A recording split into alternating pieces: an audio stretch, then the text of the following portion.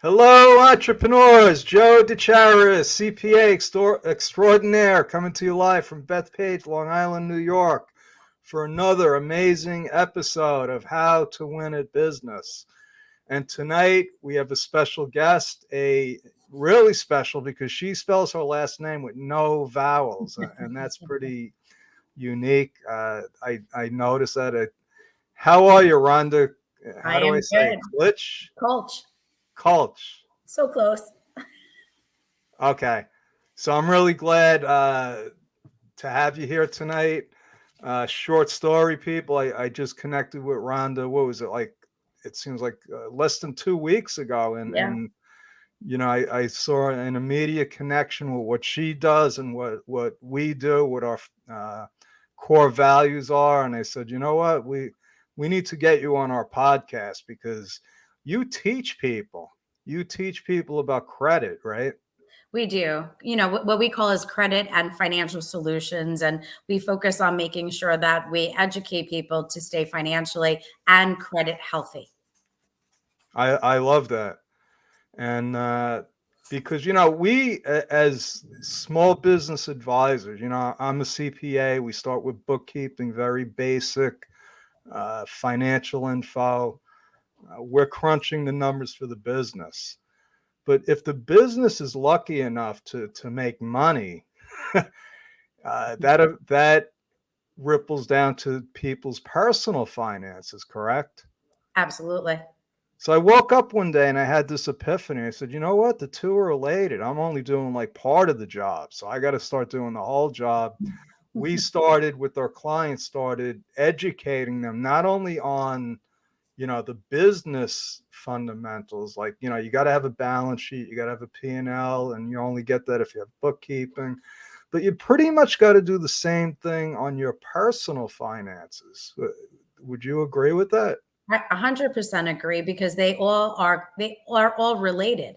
So you can't be overextended on your personal side if your business is not producing the income that's required for you to be sustainable.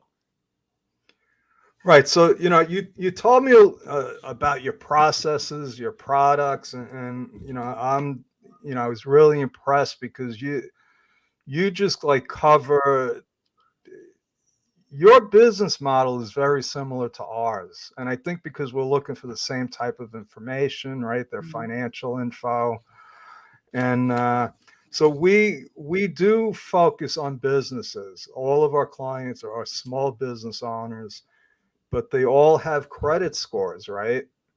Everybody has their personal credit score. And obviously, for the sake of your clientele and the people that you service, it's important as a small business owner to be aware of their credit and be aware of their liabilities, associated to what appears on the credit report, right? So people will sometimes ask me, what is something that would appear on the credit and something that may not appear on the credit? Right? So your car payment, your student loan, credit cards, those will be all on your credit report. However, if you currently rent or you have LIPA, your cell phone, those items do not appear on your credit report. So when looking at, a small business owner and looking at their liabilities and, as you know, their balance sheet, it's always important for us to make sure that our clients know what is on the credit and what is reporting. So if they have to pick and choose what to pay and when, you always want to make sure you're staying financially healthy to those items that are on the credit report first. Okay, that's interesting. I saw something, I subscribe to this service called Credit Karma. It's free. I like it. Absolutely. Hmm. We That's a good recommend one. our clients to go to Credit Karma. Really? Okay. Mhm. So, and now when I start with a new client, and we're getting new clients all the time, uh, we ask them, and this is a question we never asked before, but what's your credit score? Because part of business is also maybe setting them up for financing. So we want to know what their credit score is. But you bring up an interesting point because what I've learned recently is that there's personal credit, right? And there's business credit. Yeah. So you're talking about the stuff that is on your personal Well, FICO score, right? absolutely, because keep in mind what will happen as a small business owner, not to jump around, but if we have clients that we're servicing, very similar to yourself, and they are a small business, most small businesses will use personal credit cards to fund whatever it is that they're working on. So if it's inventory, products, services, equipment, supplies, they'll generally utilize their personal credit because that's all they are aware of. They don't realize there's a whole other world of business credit. So when we're dealing with the small business owner, it's important for us to make sure, again, that their personal credit is healthy. And it's okay if it's not, because we have strategies to work through that. But once we get a client that is credit, that their credit is healthy, we could then help them to apply for business credit where we can shift the liability. Ed, your laptop just died. No, you're good. Oh, was that Just you? check. My heart just stopped for you. Oh my God.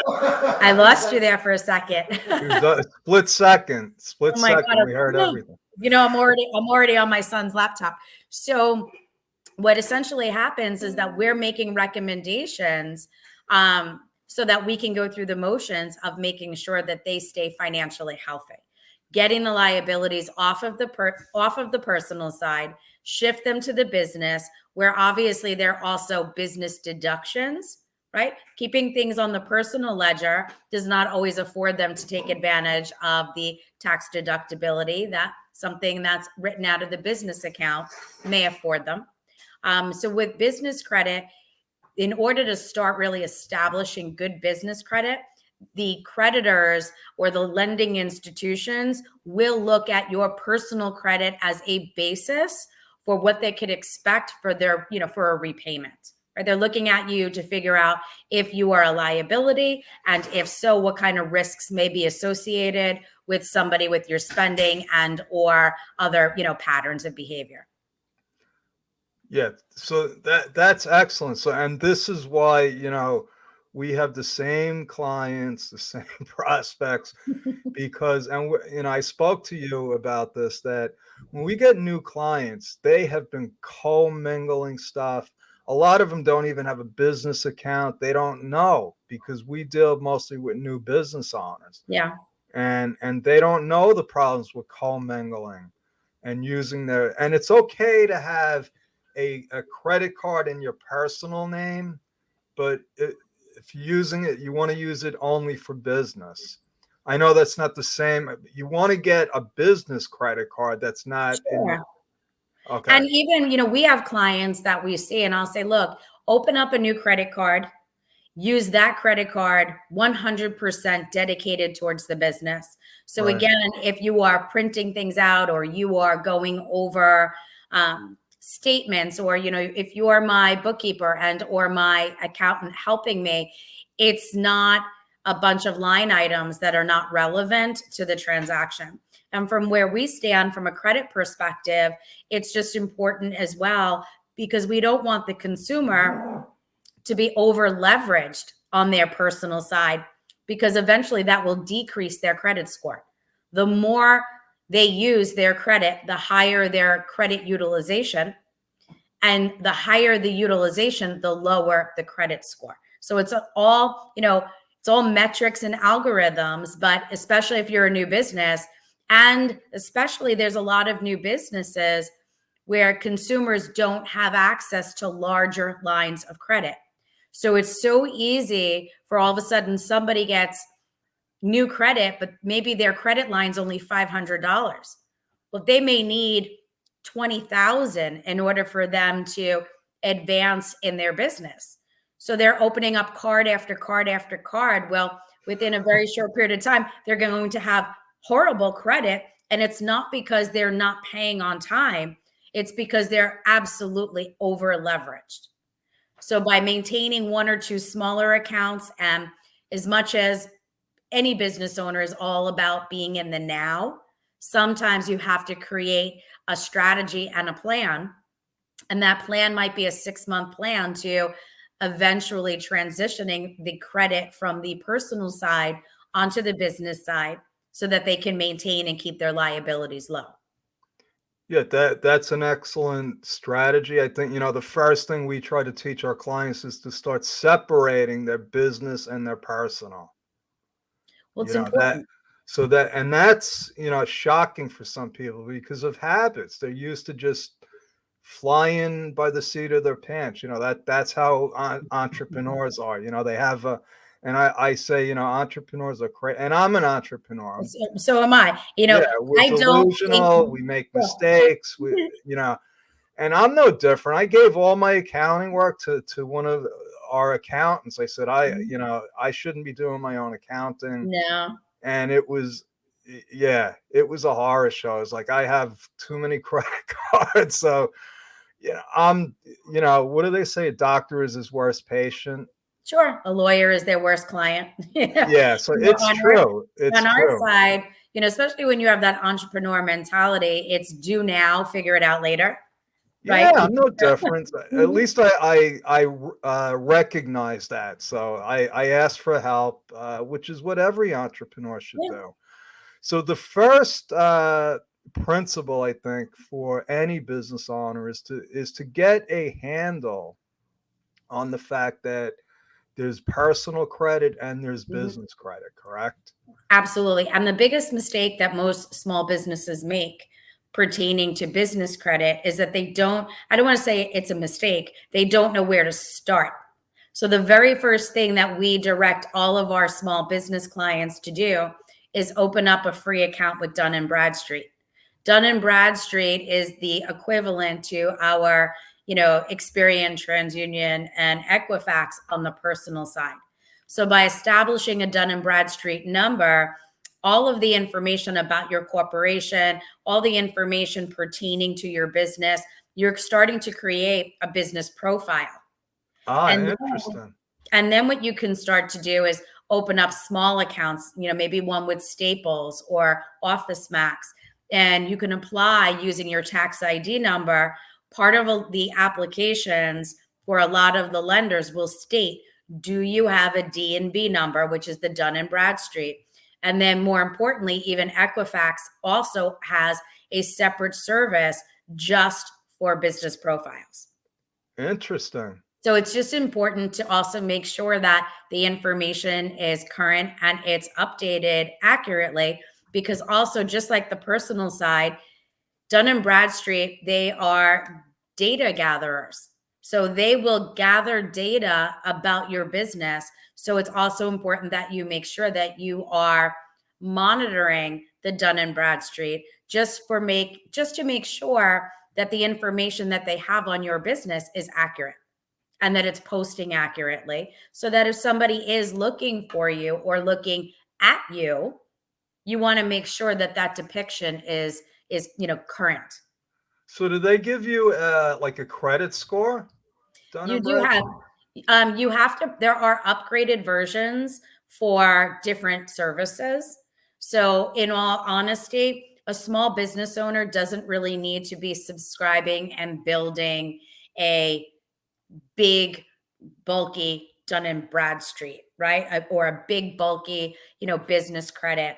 What's good to have in advance, and again, this is what I recommend for my business clients, is to get letters from creditors that may extend credit to you now.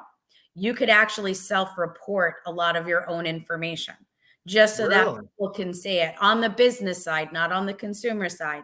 So if you have a net 30 with a vendor, you want to just know that you have access to all of the information. And again, somebody like yourself as a bookkeeper, this is just maybe like a little, side note for yourself or for your team.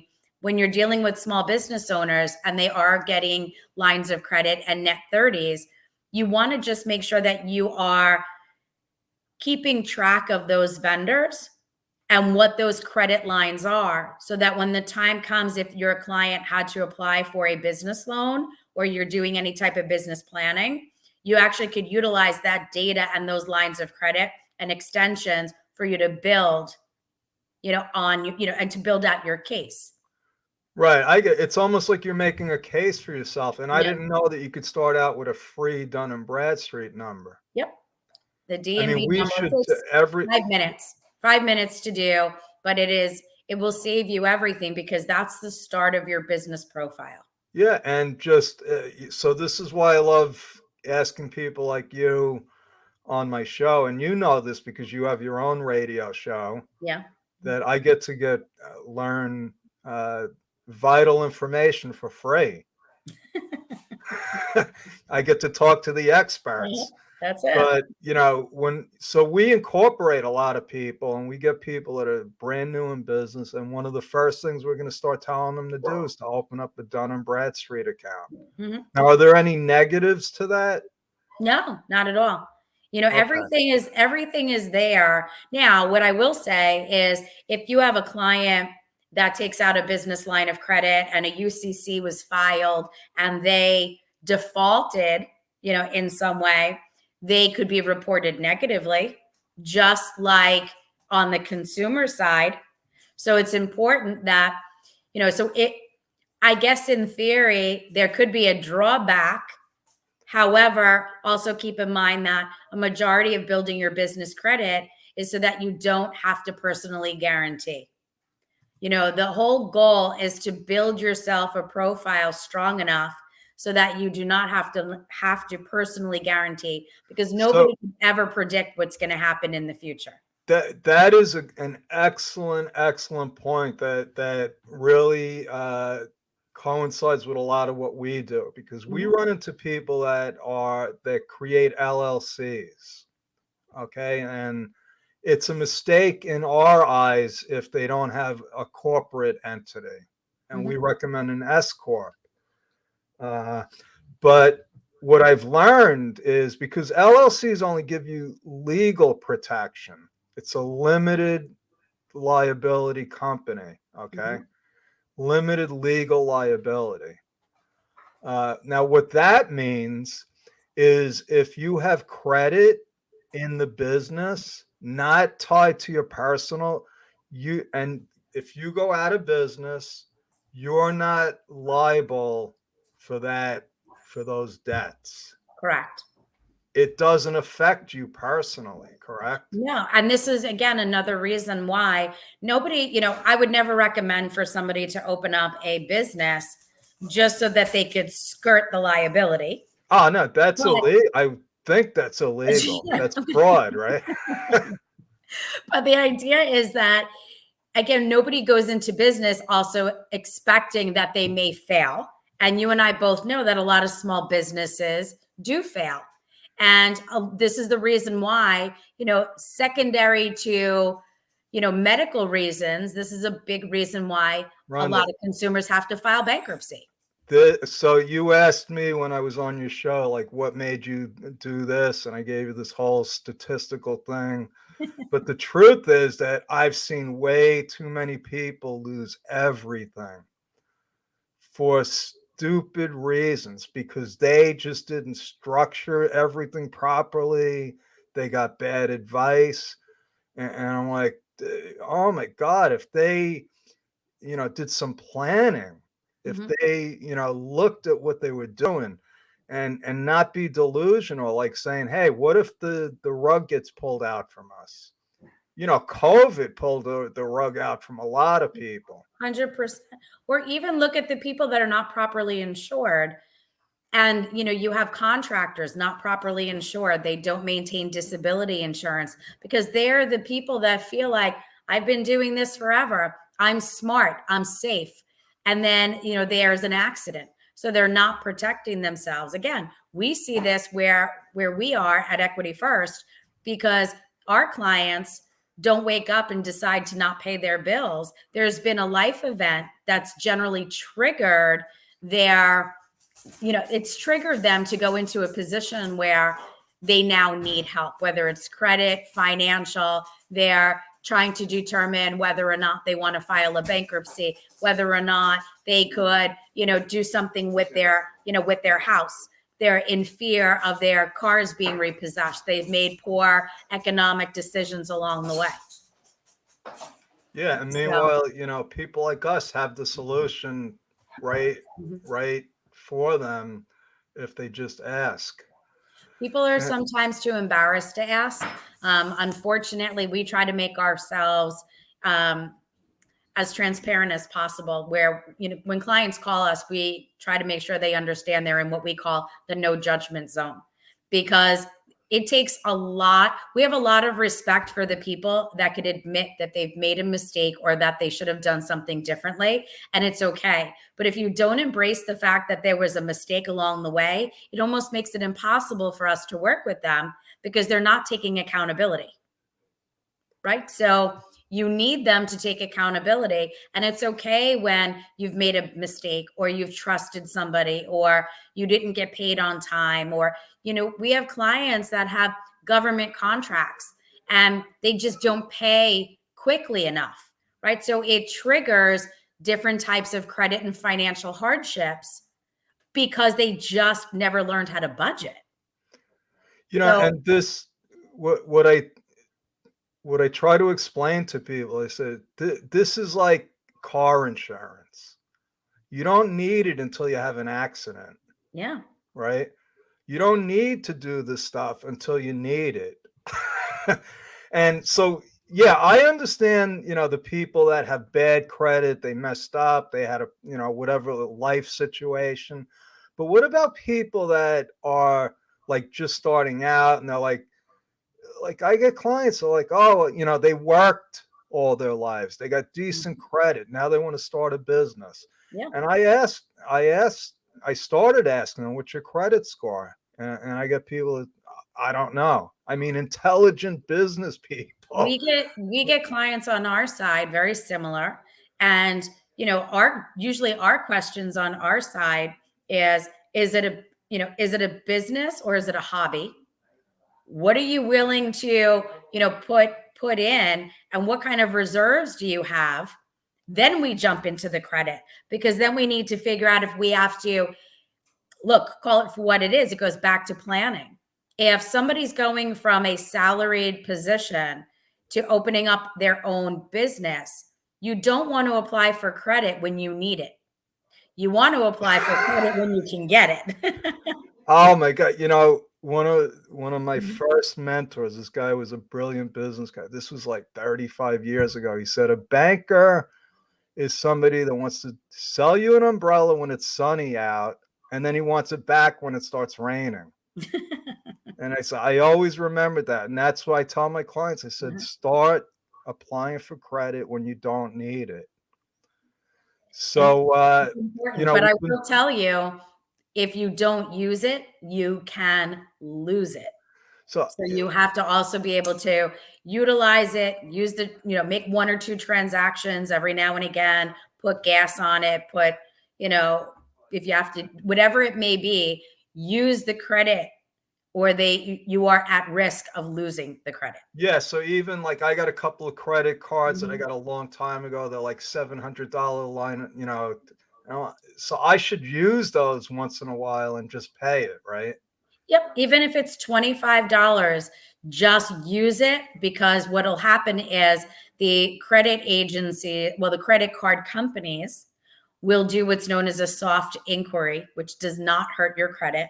It's a soft inquiry, which basically is just looking at what's going on in your overall profile, and they're reevaluating whether or not, they're reevaluating whether or not you're eventually going to be at risk. So if you pay your Chase credit card every single month on time, but you've defaulted on Capital One and Discover Card, well, Chase, if they do a soft inquiry, could take a look at that and say, well, they defaulted on these two, we're probably next. So they'd rather freeze the account, close the account, reduce the credit limit. So people get very frustrated, but it's a business decision. It's not personal. It's a business decision that the credit card companies are making at that time. Right. All based on analytics, right? Yes, it is. Yeah. People don't listen, people. This is what it comes down, whether you like it or not. Everything comes down to the numbers. Whether you like it or not, you're going to have to talk to somebody like me and Rhonda and get an education. But I got to share an interesting fact with you because during COVID, my credit score went down. Okay, Not a shocker. I'm sorry. I said that doesn't surprise me because a Yeah, lot well, of people. I mean, I had to use my credit cards. I mean, and it was sticky for a while, but it went down. And then, things turned around. So all of a sudden, my credit score is higher than it's ever been. Mhm. So my car insurance was getting renewed actually yesterday. And I'm like, let me go to them and see if my car insurance went down more than half Credit because my is a credit. factor. Mhm. And I was like, I just had an idea because I remember, I think it was Allstate based. I had clients that were Allstate reps and they were like, oh no, we only take people with good credit. It's like, but it's car insurance. So it went down a lot. So I was glad I made, made that call. But people don't know this. What else is out there? Like, what if you have a high interest rate credit card? Can you go to them and say, hey, my credit score went up? You could ask them to be reevaluated, or you can look for a new appropriate balance transfer credit card. The other thing that people don't always think about as well is if you're applying for contract work or new employment, you could be eliminated as a candidate if your credit is not strong. Wow. Yeah. Who So did that? Oh, employment, this furniture place here called Bob's. They only hired people that had high credit scores. Mhm. And I guess they said because I was talking to one of the employees, he said because they weren't responsible people. And again, it's from the outside looking in, I could see where that would make sense, but there are unforeseen circumstances that happen every single day.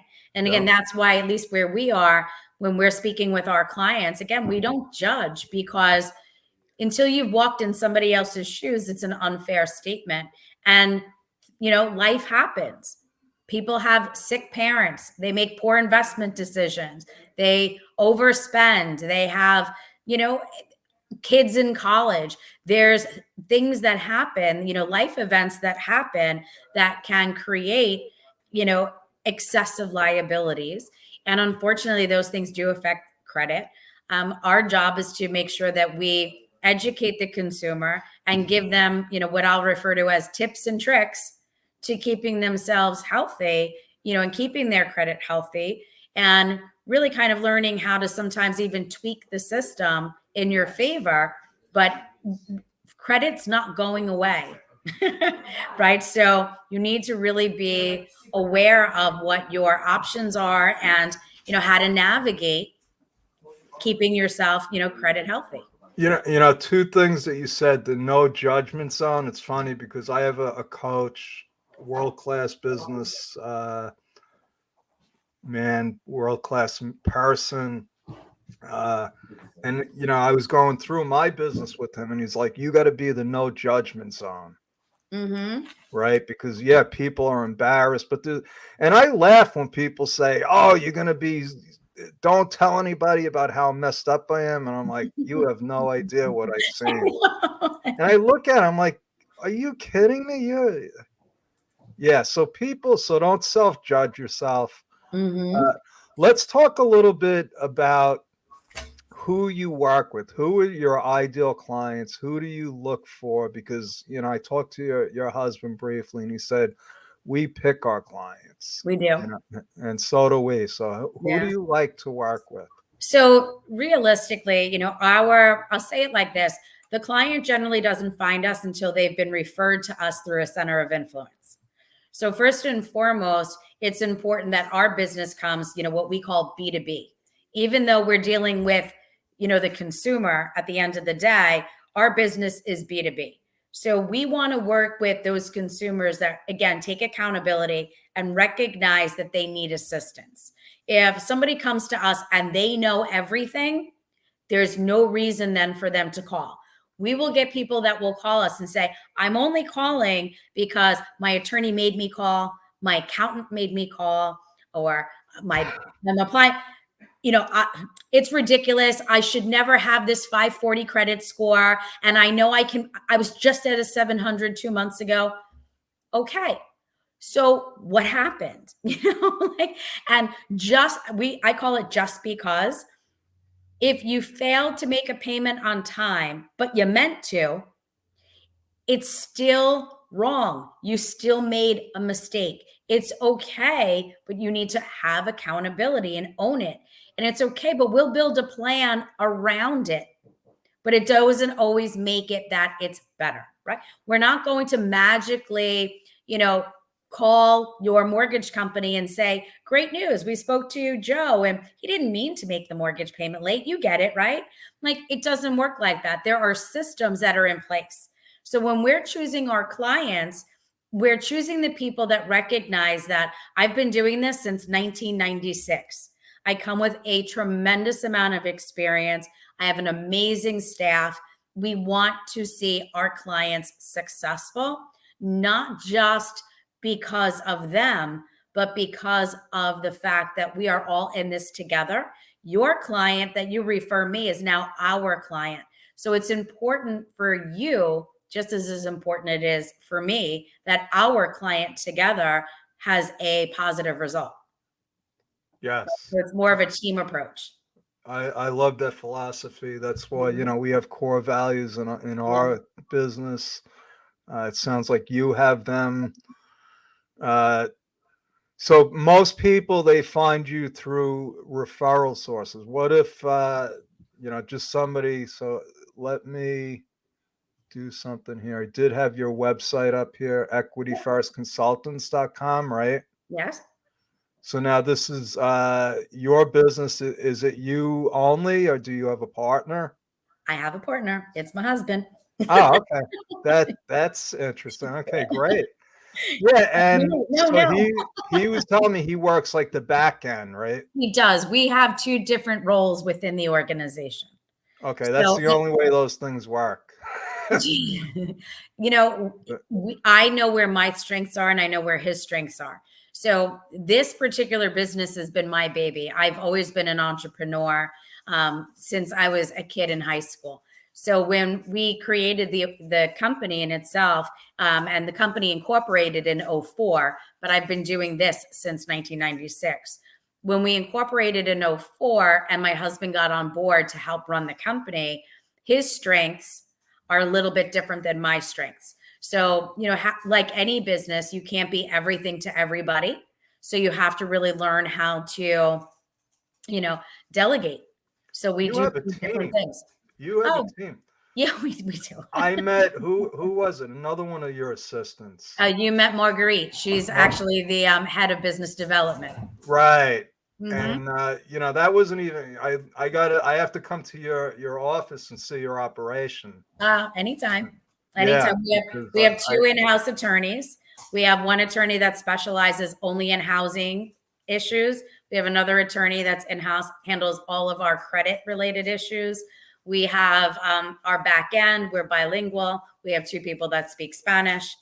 So just to clarify, the bilingual, it's English, Spanish, not Chinese or Portuguese or French or Russian. Not yet. We have an app for that, But we have a great staff, and our front end people are there to maintain the relationships with professionals like yourself.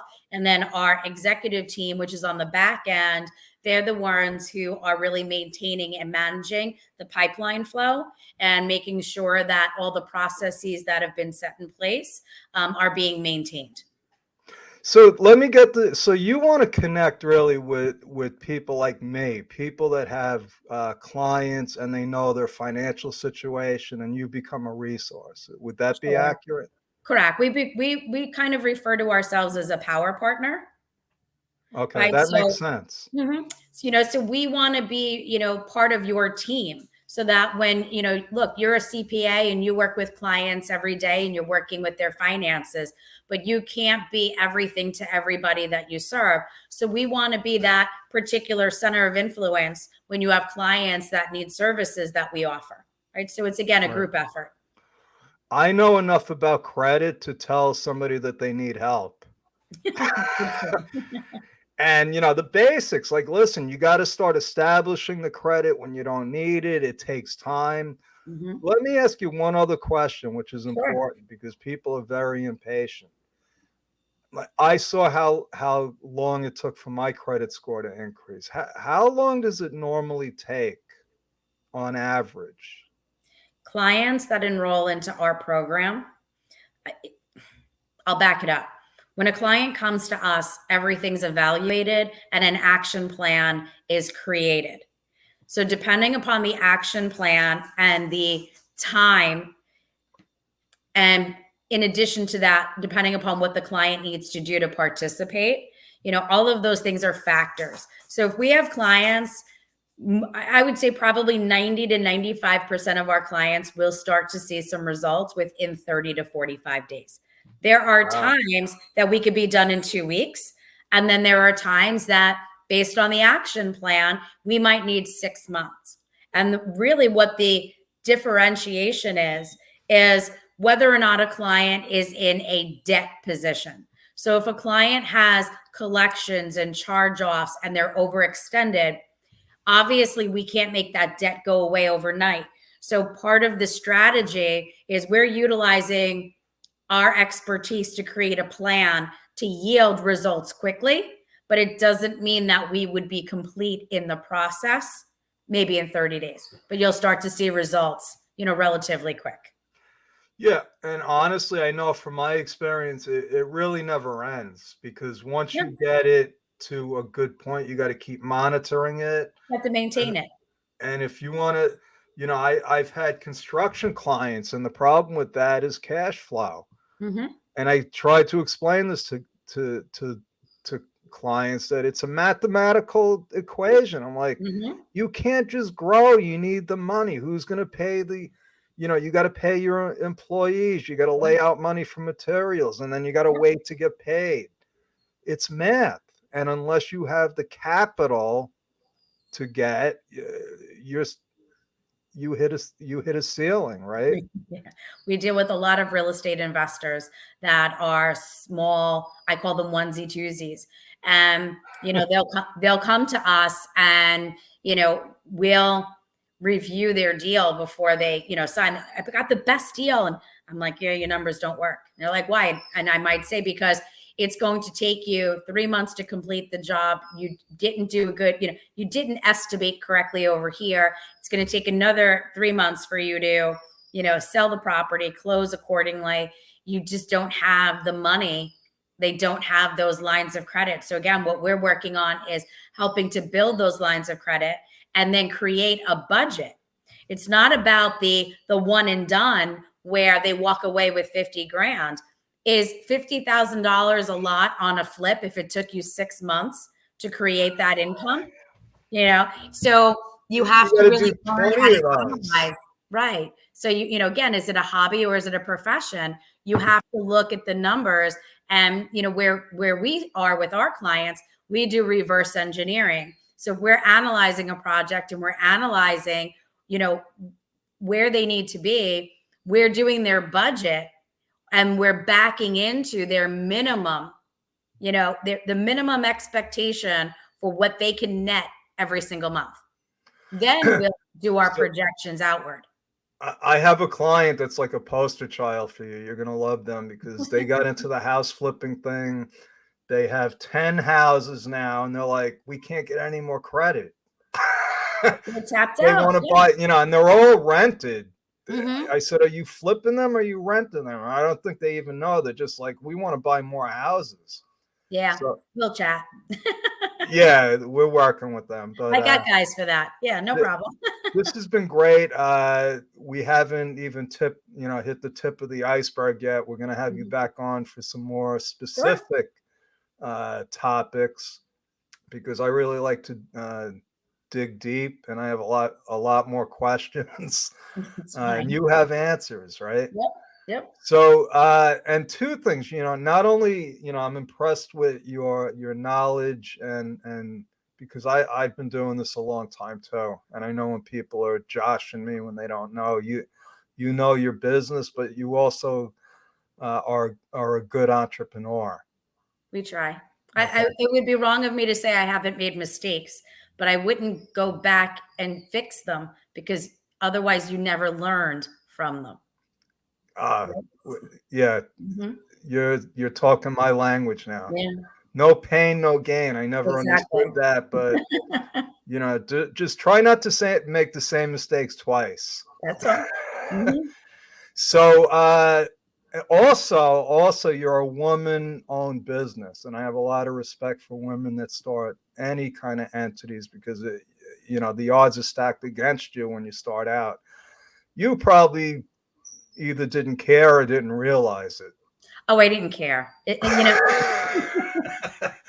So I kudos for didn't care. that. And I wish you luck, and I look forward to working with you. Any words of wisdom to people that you don't have to be credit challenged. Let me make that a No, point.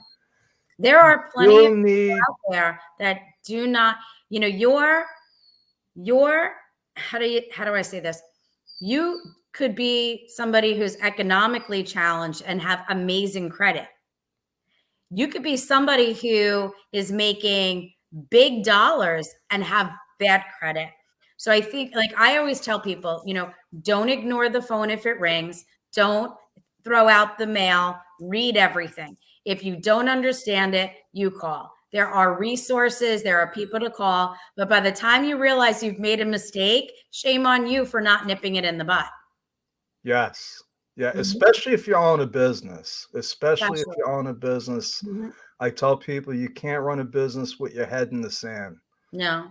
But also, and I'll close with this, I believe that you got to know how to use credit. You got Mhm. to know how to leverage it. Yeah. You know, and it's not simple. No. And I love this time because I say, you know what? Business is not simple, but what we do is we make it easier. Right. We make it easier because we're going to do the stuff that you don't know how to and you need. I'm gonna make you look like a rock star. Yeah, I like looking like a rock star. Everybody should be a rock star. Exactly. All right, Rhonda. So You got it. that's our story. We're sticking with it, folks. I hope you You got enjoyed it. this episode. I did. I learned a lot, and I plan on learning more from Rhonda. She has no idea. So You got God it. bless. Have a good night, and we will see you again for another episode of How to Win.